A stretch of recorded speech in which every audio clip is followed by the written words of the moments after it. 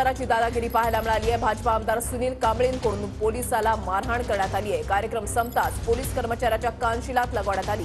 कोनशिलेवर नाव नसल्याने आमदारांकडून मारहाण करण्यात आली आणि कार्यक्रमाच्या आधीही राष्ट्रवादीच्या वैद्यकीय प्रदेशाध्यक्षाला मारहाण करण्यात आली। महत्त्वाची बातमी आपण पाहताय। ससूनमधल्या कार्यक्रमामध्ये भाजपा आमदाराची दादागिरी अशा पद्धतीने पाहायला मिळालेली आहे।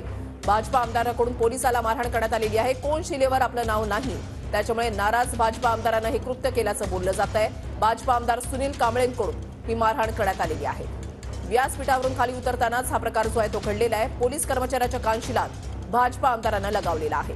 योगेश बोरसे आमचे प्रतिनिधी या संदर्भातली अधिक माहिती देतील। योगेश, नेमकं काय घडलं?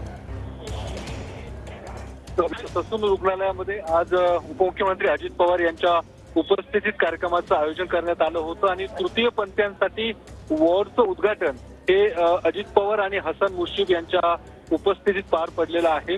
मात्र हा कार्यक्रम पार पडत असताना स्थानिक आमदार भाजपा आमदार सुनील कांबळे हे सुद्धा या कार्यक्रमाला उपस्थित होते। मात्र या कार्यक्रमाची जी कोनशिला आहे या कोनशिलेवरती नाव नसल्यामुळे भाजपा आमदार सुनील कांबळे हे नाराज झालेले आहेत आणि या नाराजीतूनच त्यांनी कार्यक्रमाच्या सुरुवातीला राष्ट्रवादी काँग्रेसच्या वैद्यकीय विभागाचे जे प्रदेश अध्यक्ष आहेत त्यांना मारहाण केल्याची माहिती मिळते आणि त्यानंतर ज्यावेळी कार्यक्रम संपला, ज्या कार्यक्रमाच्या मंचावरून खाली उतरत असताना या सुनील कांबळेने तिथे उपस्थित असणाऱ्या एका पोलीस कर्मचाऱ्याला मारहाण केल्याची माहिती मिळते। मात्र अद्यापर्यंत ज्यांना मारहाण करण्यात आलेली आहे ते नेमके कोण आहेत या संदर्भातली माहिती सविस्तर मिळू शकलेली नाही। मात्र आपण दृश्यांमध्ये पाहू शकतो, ज्यावेळी कार्यक्रम संपला, ज्यावेळी अजित पवार हसन मुश्रीफ हे ज्यावेळी मंचावरून उतरत असताना त्यापूर्वी सुनील कांबळे हे पायऱ्यांवरनं उतरत असताना एकाच्या कानशिलात लगावत असताना आपल्याला या दृश्यांमध्ये पाहायला मिळते।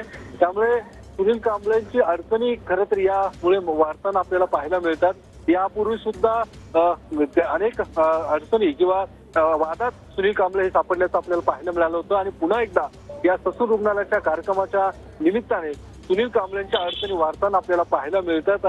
जो कार्यक्रम होता तो कार्यक्रम हा ससून रुग्णालयाच्या प्रशासनाकडून ठेवण्यात आला होता। ज्या कार्यक्रमाला ससून प्रशासन त्यासोबतच वैद्यकीय शिक्षण मंत्री हसन मुश्रीफ त्यासोबत अजित पवार हे उपस्थित होते।